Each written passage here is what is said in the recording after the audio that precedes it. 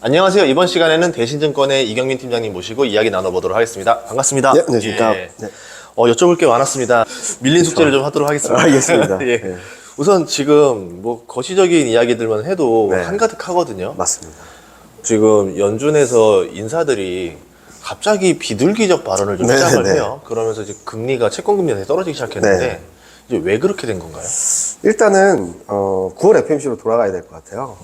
9월 FMC 때는 내년 금리 인하 폭이 100bp에서 50bp로 줄었다는 것도 있었지만 네. 중립금리에 대한 논란을 다시 한번 끄집어내면서 고금리가 장기화될 거야라는 걱정을 했었거든요. 예. 근데 경제 성장을 전망을 놓고 보면은 엄청나게 상향 조정했단 말이에요.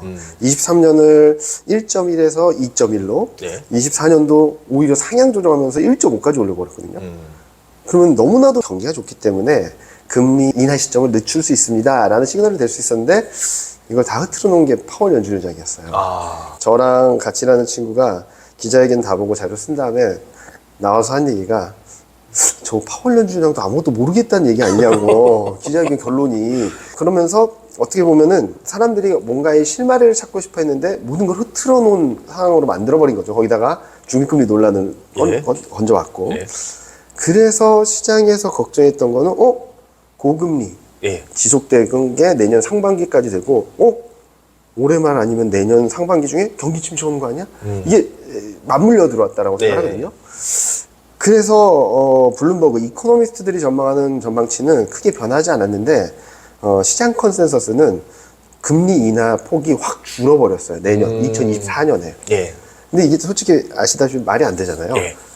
경기가 되게 안 좋아지는데 금리를 유지한다? 그러니까 망가진다 이렇게 네. 생각하죠. 그러다 보니까 채권금리가 레벨이 올라간 거죠. 그런 상황에서 연준 위원들이 정리해 주는 거죠. 자, 이런 불안정한 상황이 되면 우리는 얼마든지 통화정책을 바꿀 수 있어 라는 얘기를 한 것 같아요. 예. 그리고 이번 발언을 통해서 금리 인상에 대한 부분들은 이제 거의 끝났구나라는 생각을 하고 연준위원들이 보기에도 4.8, 4.9, 5에 근접하는 시중금리가 5에 근접하는 거는 정말 부담스럽구나 라는 생각을 했거든요. 그래서 저는 지금 금융시장이 워낙 불안하고 채권금리 레벨이 어떤 경기 변수나 물가 변수가 아니라 텀 프리미엄이라고 하는 그런 심리 지표라든지 네. 수급 지표, 지금 수급이 10년물 국채 순매도가 사상 최대거든요. 사상 최대예요. 그 정도로 급격한 심리 악화, 수급 불안이 채권금리 끌어올렸으면은 연준 위원들 입장에서도 이 정도면 충분하다라는 생각을 한 것 같아요. 그리고 여기서 더 불안정해지면 경기에 더 악영향을 미칠 수 있다라고 생각하는 것 같거든요. 그런 것들이 맞물리면서 연준 위원들이 굉장히 비둘기파적인 발언을 하면서 시장을 좀 되돌려 놓는 정상화시키는 과정이 아닐까라는 생각을 하거든요.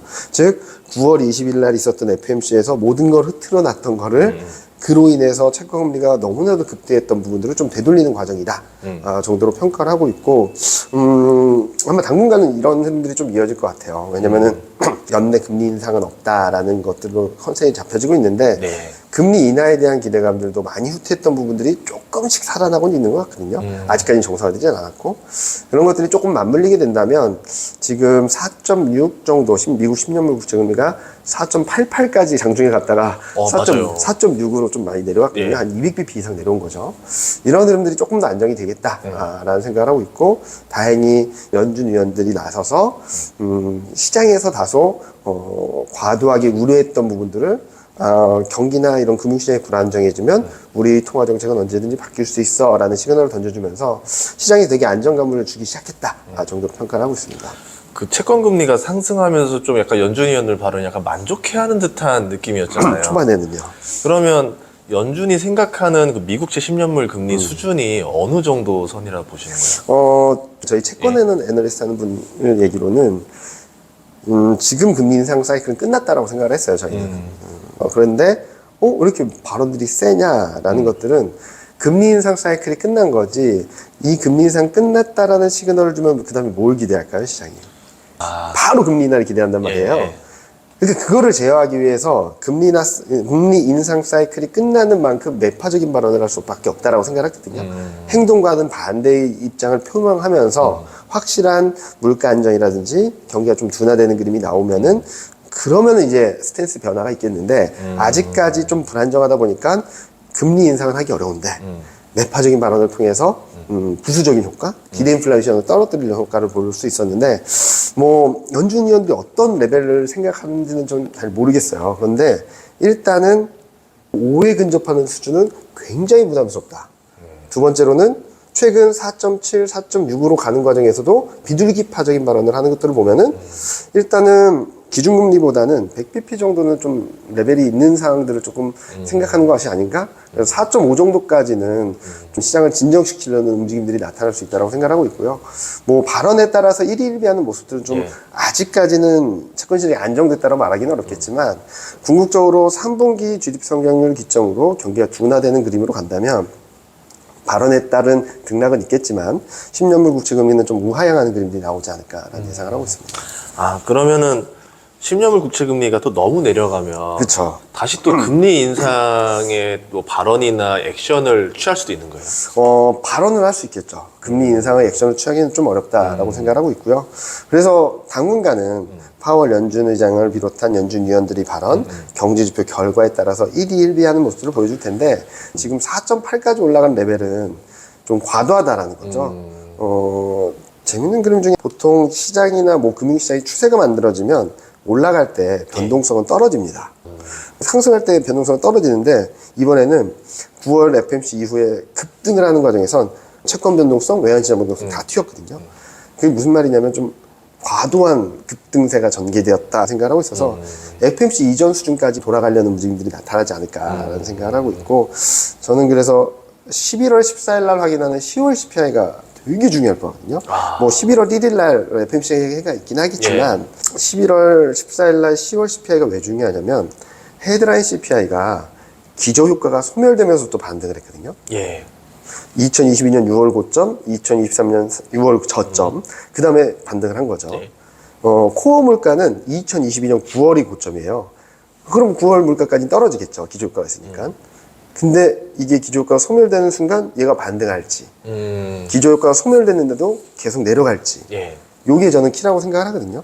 만약에 11월 14일 날 10월 CPI, 특히 코어 CPI가 계속 내려가는 그림이다 라고 하면 시장 분위기가 되게 좋아지는 그림으로 생각을 하고 있고 만약에 거기서 반등을 한다 그러면 다시금 레벨 다운된 박스권에 갇히는 그림 시장의 좀 불안감들이 조금 다시 커지는 흐름으로 생각을 하고 있어서 그때를 주목하면 좋지 않을까라는 생각을 하고 있습니다. 또 연준 위원들 비둘기 발언하던 타이밍이 이스라엘 전쟁 발발하고 나서부터라서 맞아요. 이게 또 연관이 있는 건가 또 싶기도 했거든요. 어떻게 보세요? 일단은 저희 전망으로는 유가는 많이 못 오른다라는 게 결론이었거든요. 일단은 우크라이나 러시아 전쟁과는 달리 직접적으로 원유라든지 곡물이라든지 이런 생산하는 국가가 아니고 2차적인 개입 여부가 중요한 거라서 둘 간의 전쟁으로 인해서 원자재 가격들이 폭등을 하거나 추세적으로 쭉쭉 치고 올라가는 그림은 아닐 거라고 봤었는데 연준 위원들 입장에서는 만에 하나 그런 변수로 인해서 다시 물가가 움직인다거나 채권금리가 여기서 5%를 넘어간다면 그런 부분들에도 좀 고려했던 것이 아닌가 생각을 하는데 뭐 100%는 아니겠죠. 그렇다 하더라도 이런 불확실성 변수들이 여기저기서 나오는 상황에서 여기서 더 매파적인 발언을 해서 채권금리를 5% 이상으로 가져간다? 그러면 연준 위원들이 생각했던 그림과는 좀 달라지는 또 다른 부작용을 낳을 수 있는 그런 흐름이 됐지 않았을까 생각하는데 저는 이스라엘 하마스 전쟁이 굉장히 안타까운 일이고 최근 영상을 보면 되게 무섭더라고요. 그런데 금융시장 측면에서 본다면 큰 영향은 없을 거다. 중요한 변수는 이란이 개입했다는 증거가 나온다든지 사우디가 지금 약간 중립적인 스탠스를 취하고 있는데 한쪽 편을 들어버린다든지 이스라엘과의 좋았던 관계를 깨버리는 그림이 나온다든지 그런 과정에서 미국이 개입한다는 얘기가 나온다든지 그러면은 좀 확전되는 양상들 때문에 좀 불안정할 수 있다 하더라도 지금 당장은 큰 영향은 없을 거다라고 생각하고 있습니다. 알겠습니다. 그런 변수가 없다라고 하면은 채권 금리는 계속 우하향을 할 수 있다. 등락은 있겠지만 계단식 하락이라든지 우하향하는 그림 정도는 열어놓을 수 있겠다라고 생각하고 있고요. 전고점이 한 4.25% 정도 되거든요. 그래서 4.5를 밑으로 내려간다면 그 정도 레벨까지는 좀 열려있지 않나라는 생각을 하고 있습니다. 11월 14일 날 확인하는 10월 CPI를 확인하고 12월 FMC에서 어떤 스탠스를 취해주는지에 따라서 조금 더 클리어해지지 않을까. 내년 전망이나 예. 내년 그림들이. 아직까지는 약간은 안개 속 같은 느낌이 좀 들고 있습니다. 아, 정말 이제 안개 속이잖아요. 네. 저도 정말 궁금해가지고. 맞아요. 저희도 내년 전망을 하는 회의들을 계속 예. 하고 있거든요. 연말까지는 반등할 것 같다라는 건 모두 똑같은 얘기예요. 그래요? 네. 다행이네요. 예. 연말까지는 모두. 예. 왜냐면은 지금 코스피 PR이 10배 밑으로 갔다 올라오는 상황이고, 실적을 보면은 아무리 보수적으로 잡았다 하더라도 지금보다 더 나빠지는 그림은 아닐 것 같고, 그리고 일부 실적 불안감들은 이미 반영을 했다라고 생각하고 있고, 그래서 저는 정상화되는 것만으로도 2600선을 넘어서는 그림은 나올 수 있다라고 생각하는데, 내년으로 딱 가면 다 다른 얘기를 합니다. 경기 침체간다, 아니다, 성장 계속한다, 수요 들어온다, 모른다, 없다, 뭐. 그래서 새해 되면 더 헷갈려요. 그렇긴 한데 12월 FMC를 지나면서 네. 그리고 이제 3분기, 4분기 실물 지표들이 미국 쪽에서 나오면서 조금은 더 클리어해지지 않을까. 그러니까 4분기까지 미국 경기가 둔화되는 게 좀 슬로해진다라고 네. 하면은 어쩌면 거의 내년에는 경기 침체가 없다라는 게 거의 기정사실화 될 것이고, 물가가 어느 정도로 내려가는지 그림에 따라서, 특히 코어 물가가 떨어지는 속도에 따라서 조금은 더 명확해지지 않을까. 그런 것들이 조금씩 풀려나가지 않을까라는 생각을 하고 있습니다. 왜냐하면 저도 최근에 들었던 게 이제 금리가 다시 조금 올라가니까 네. 미국 모기지 금리가 7% 넘었죠. 7% 넘었잖아요. 네, 네. 그랬더니 거래가 없다는 뉴스를 봤어요. 네. 그 한마디로 금리가 떨어져야지만 좀 물건들이 좀 거래가 된다는 거 아니에요? 맞습니다. 자동차든 맞습니다. 뭐든. 네, 네. 근데 한국 같은 경우는 지금 미국은 잔뜩 올려놓고 네. 한국과 갭이 많이 벌어져서 네. 한국도 금리를 올리지 않겠냐라는 전망 뉴스도 봤던 것 같은데 네. 어떨 것 같으세요? 그렇죠. 한국과 미국 간의 금리 차가 벌어지고 확대되고 있다는 점들은 좀 수급적으로는 좀 불안 요인이 될 수도 있고, 예. 그렇긴 한데 이걸 봐야 되겠죠. 따라서 금리 인상을 하는 게 더 위험한가? 견디는 게 더 위험한가? 저는 금리 인상을 하는 게 더 시장에는 좀 부정적인 영향을 줄 수 있다고 생각하거든요. 네. 부채 문제가 워낙 크기도 하고, 지금 시점에서는 한국과 미국 간의 경기 체력 자체가 다르기 때문에 한국은 금리 인상을 하기 되게 어렵다라는 말씀을 드리고 있고요. 한국은행도 계속 좀 매파적인 얘기를 할 거예요. 왜냐면 금리 인상을 할 수 없지만 언제든지 할 수 있다는 얘기를 해주면서 금리 인상을 한 듯한 효과를 주고 싶어 하니까. 그렇지만 실질적으로 금리 인상은 없을 것이다. 금리 인상은 이전에 끝났고, 미국이 금리 인하 시그널을 조금이라도 내비치면 한국은 조금 더 먼저 할 수 있지 않을까? 그런 준비를 하지 않을까? 라는 생각을 하고 있습니다. 이게 오늘따라 제가 금리를 많이 여쭤봤냐면 네.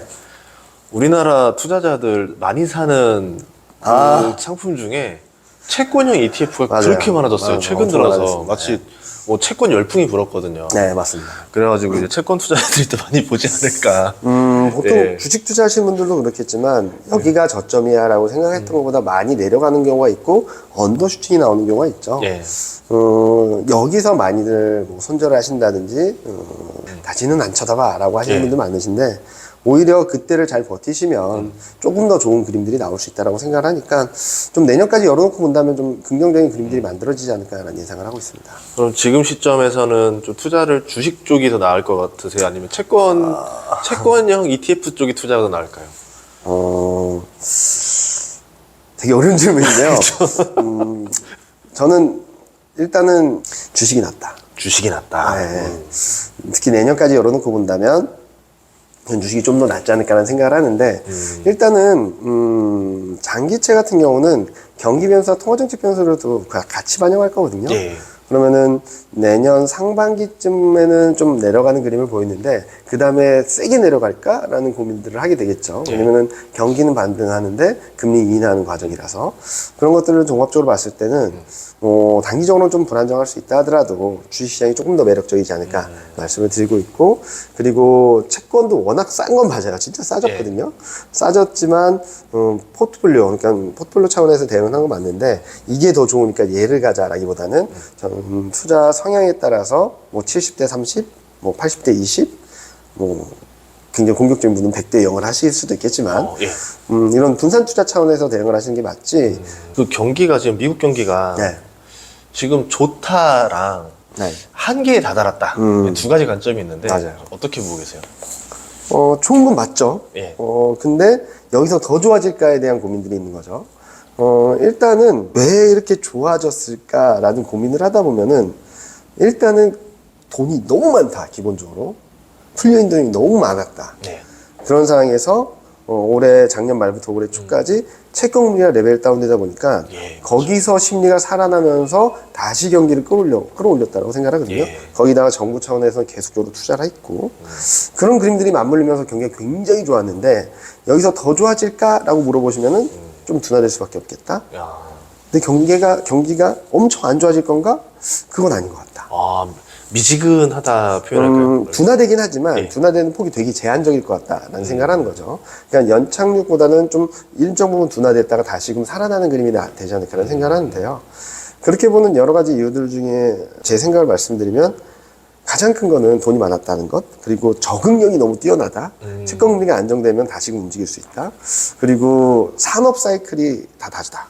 코로나19를 지나면서 회복 과정에서도 산업 사이클이 다 달랐잖아요. 예. 코로나19 직후에는 서비스업, 이렇게 빅테크 같은 예. 플랫폼 기업들, 플랫폼들. 예. 그리고 그 다음에는 재화, 왜냐면 여기에서 주문을 하니까 재화 수요, 네. 그 다음에 서비스 수요였잖아요.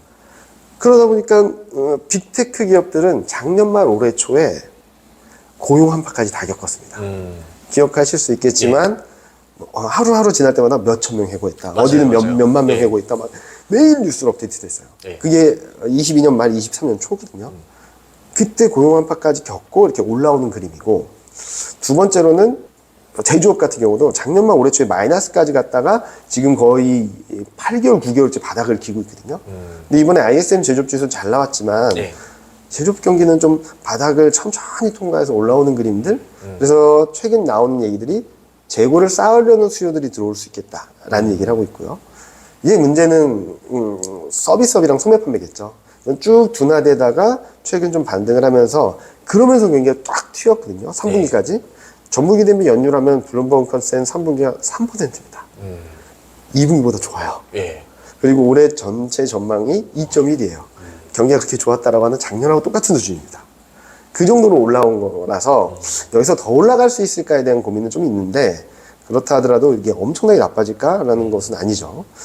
서비스업이랑 소비가 좀 더 둔화될 수 있을 여진이 있어요. 근데 그렇다 하더라도 빅테크 기업이 올라오는 것, 제조업 지표들이 올라오는 것들이 어느 정도 상쇄해 줄 거기 때문에 저는 급격한 경기도나 급격한 경기 침체는 없을 것 같다라는 말씀을 드리고 있는 부분. 그러면 전체적으로 지금 전망 자체가 긍정적이네요. 네, 나쁘지 않다. 그런데 모르죠. 또 바뀔 수 있죠. 왜냐면은 이렇게 말씀을 드리면서도 좀 예. 계속 팔로우 해주세요. 계속 지켜봐 주세요라고 예. 말씀드리면은 작년 2022년 말에 23년 미국 GDP 성장률 평균치가 얼마였는지 아세요? 되게 나쁘지 않았었어요. 0.3. 예. 지금은 2.1.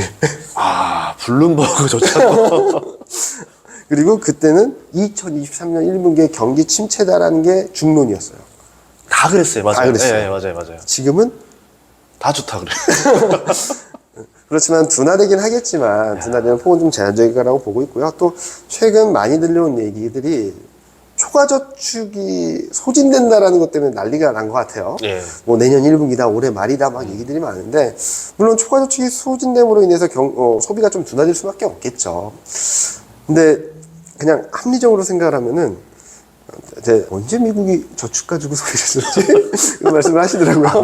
미국이 저축한 날이 있었냐. 그러니까요. 항상 쓰기만 한다. 그러니까 이게 초과저축이 있어서 많이 예. 쓰였던 건 맞지만 예. 이 초과저축이 소진됨으로 있어서 소비가 붕괴된다? 저한테 거꾸로 물어보시더라고요. 그분이. 너 저축 소진돼서 그럼 뭐 할래? 일해야죠. 돈 벌어야죠. 네. 노가다를 가든. 예. 그래, 그게 합리적인 거야. 소비를 줄일 수는 없다는 얘기네요. 맞습니다. 소비를 줄인다 하더라도 한계 소비에 다다르게 된다면 일을 하러 가겠죠. 네. 근로소득을 받겠고. 그렇기 때문에 초과저축이 소진됨으로 인해서 소비 절벽이 온다? 저는 그 가능성 높지 않다. 그래서 고용 지표가 좋았던 것도 어떤 네. 투자하는 사람들도 맞습니다. 합쳐질 거 아니에요. 그래서 이번에 비농가 취업자 수는 기업 서베이예요. 예. 가계 가계 서베이가 따로 있거든요. 가계 서베이는 줄었습니다. 고용자 수가. 기업 서베이는 엄청 서프라이즈였잖아요. 기업, 그건 무슨 말이냐면, 기업은 여기 물어보면은, 하고 있어요 하는데, 얘는 투잡, 쓰리잡 한 사람은 2개, 3개 기업에서 발표된 거를 그쵸. 혼자 말하니까 그런 영향도 좀 있다라고 생각하는 거죠. 그리고 지금부터 지켜봐야 될 거는, 실업률이 딱 칠 수도 있어요. 왜냐면은, 이제 일하러 오려는 사람들이 많아지잖아요. 예. 공급자들이 많아지니까 실업률이 좀 변동이 커질 수는 있다라고 생각하거든요. 그렇지만 너무 놀라지 말자. 이게 정상화되는 과정이다. 지금은 고용이 너무 타이트했고 초과 저축이 있다 보니까 일을 하지 않아도 소비를 할 수 있는 여력이 있어서 고용이 너무 타이트했던 건데 이게 일정 부분 정상화되는 과정에서 불협화음이 나올 수 있다 하더라도 그게 뭐 실업률을 튀게 만들어서 엄청나게 경기가 나쁜 게 아니라 일하려는 사람들이 들어오는 거라고 판단하고 있다라고 생각해 주시면 되겠습니다. 완전히 연준이 생각했던 의도랑 반대잖아요. 그러면 이게 좀 경기 침체를 만들어서 기업이 일자리를 줄이고 실업자를 늘려서 실업률을 늘리고 소비를 줄이는 효과가 원래 금리 인상의 효과인데 그게 아니라 사람들이 소비는 계속 유지를 해야 되겠고 인플레이션을 물가는 올라가고 하니까 일을 더 늘려버리고 그러면서 오히려 참가자가 더 늘어나가지고 이렇게 해결이 되고 있다. 근데 그거는 또 연준이 그렇게까지 바라진 않을 거예요. 침체를 바라진 않을 거예요. 그쵸. 일정 부분 슬로우하게 가기를 원하면서 침체까지는 가지 않되 물가는 안정되는 것들을 잡고 싶어 할 텐데 되게 어려운 길이죠.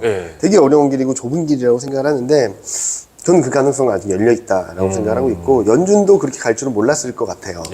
그런데 침체를 이야기한다? 그러면은 그 다음 복구하는 과정이 또 힘든 구간이 될 수 있거든요.